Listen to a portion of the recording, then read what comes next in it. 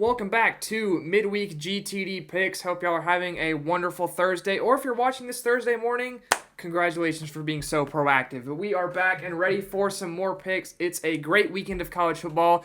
If your family's got a wedding, don't go. They're less important than this slate of games we got right here. And we're starting with the Red River Showdown. Has finally escaped big noon kickoff, although it's still not a night game. It's being played at 3:30 Eastern Time. Huge rivalry. Texas versus Oklahoma. Number one team in the country versus a team that is currently tied for 18th because the AP poll is ridiculous. Who do you have?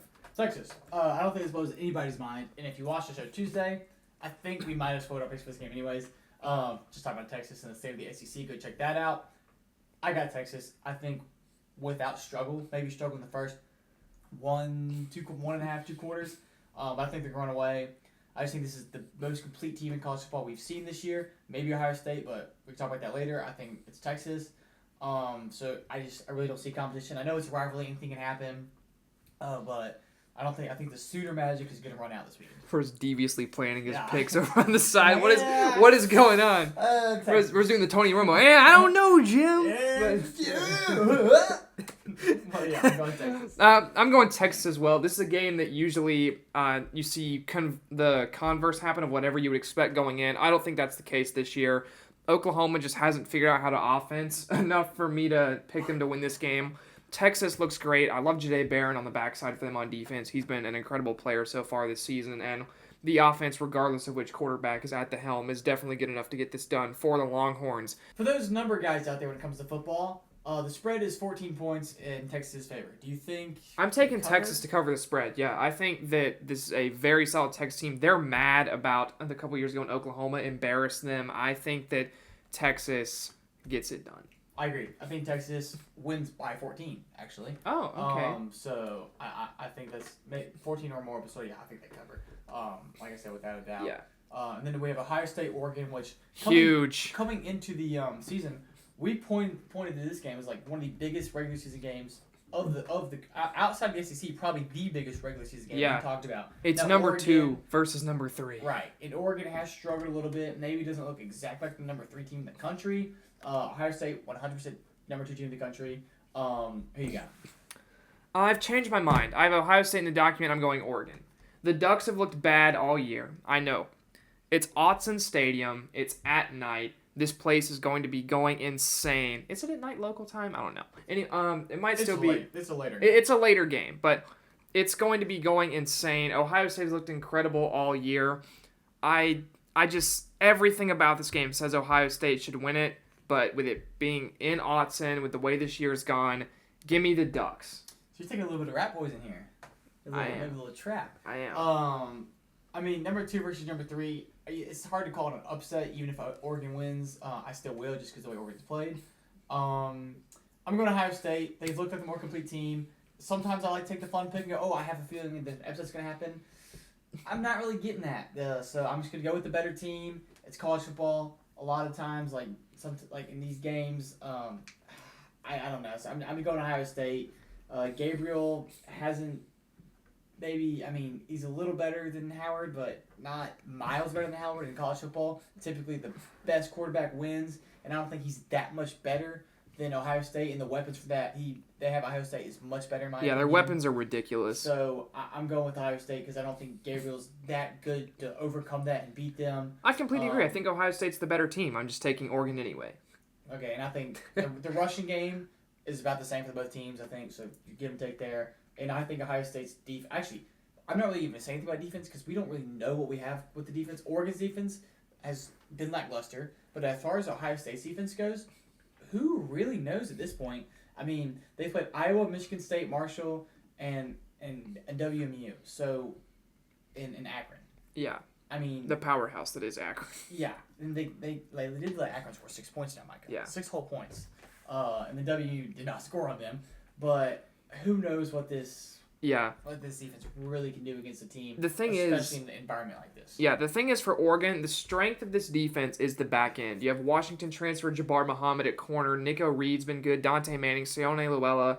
Brandon Johnson's great out of the nickel. Tyshim Johnson and Kobe Savage at safety. Those are 2 good safeties as well. And the fact that the strength of this team is the back end, I think that they're going to at least be able to slow down the Ohio State passing attack. I don't think they stop them by any means, but I think they at least slow them down enough to where the Oregon offense can keep up and win the game. But yeah, excited for it. So yep. on to some more meaningful games. Ole Miss, LSU. You may be like, well, this isn't that meaningful. Number 9 versus number 13 somehow with these two teams. Brian Kelly's job's on the line. I think I have Ole Miss. You know how I feel about Brian Kelly. Yeah. I think this is kind of going to start the revolution. Like, granted, if you lose, you're like, well, he loses to a team that's ranked better than him, so like, why are we going to blah blah blah? But he hasn't won a big game in the SEC yet, and he's not going to.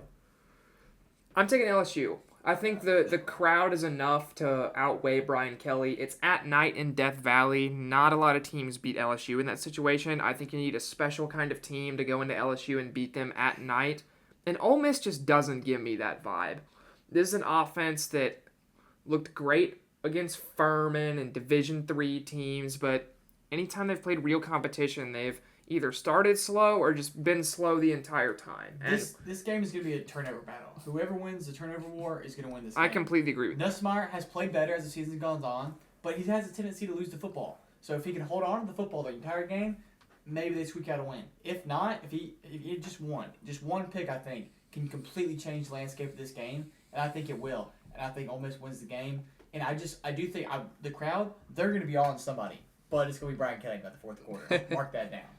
All right, well, we'll see what happens there. And then finally, the Big 12 game of the week in a conference that gets more confusing when it's involving teams not named Iowa State or BYU for some reason. It's real simple, not confusing. BYU stands alone at the top of the conference. Yeah, and winning everything. Forget 11th ranked Iowa State, who granted has not really played anyone. But it's Kansas State, it's Colorado, it's the Purple People Eaters versus Coach Prime. It's Avery Johnson, who is going to go into Boulder and light up this defense. Travis Hunter cannot play every position on defense in the secondary, and Kansas State has a great passing attack, but they have an even better rushing attack. This running back duo is lethal for the Wildcats, and Colorado has no run defense. And I know they meant to stop UCF, but UCF was fraudulent. They lost to Florida. If you lose to Florida, you're not a good team. It's simple as that. I think Kansas State is definitely better than Colorado. I know you got the sunglasses. We can all see what's coming here, but I know the Big 12's been chaotic. Give me the Wildcats. Yeah, I disagree. I'm taking Deion and his boys. I'm taking Colorado. And literally his boys. Yeah, so, I mean, I know Colorado's got a lot of hate this year, especially the first few weeks of the season. They've been better than I expected, I will say. They didn't look great the first few weeks of the season. I think Deion has done a better job coaching this season, honestly, than last season, just because of the work they've kind of done and put up. It got better and better and better, and we'll go back to my famous word, adjustments. He's making adjustments. They're working. I'm taking Deion and his boys. I think Colorado gets it done. Kansas State's not all that great. Colorado also not all that great, but they're less not all that great than Kansas is not all that great.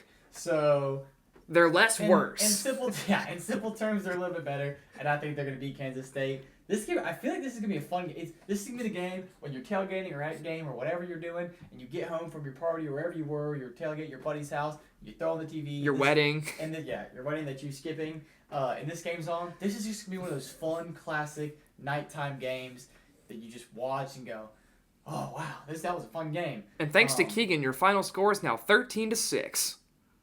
Why? Because they yelled about defenses? No, because you said it was going to be exciting. Oh, yeah. Well, that tends to happen. But yeah, I don't know. I have a feeling Colorado is going to pull up this upset. I think these boys are going to play up to this talent, play up to the team. It's a ranked opponent. And, I mean, he played when Colorado played TCU, who's a ranked opponent last year, they won. The last purple ranked opponent team they played they may have played someone else. They didn't say last year. But the last one I can remember is TCU, and they won. So, well, that's good enough logic for me. We'll see what happens. Keegan thinks that tonight's going to be a good night, a good night for the Colorado Buffaloes. Shout out whoever wrote that song. I don't remember. I think it's the Black Eyed Peas, right? I got a feeling. Or Flo Rida. Yeah, Black Eyed Peas. Yeah, Black Eyed Peas. Shout out to Black Eyed Peas. This is the most disjointed outro ever, but enjoy your week 7 of college football, and thank you guys for tuning in. If you haven't seen the episode from Tuesday, go check it out. A lot of good stuff in that. NASCAR, good college football talk as well, and then, of course, baseball postseason happening right now, but there's our college football picks. Enjoy your weekend.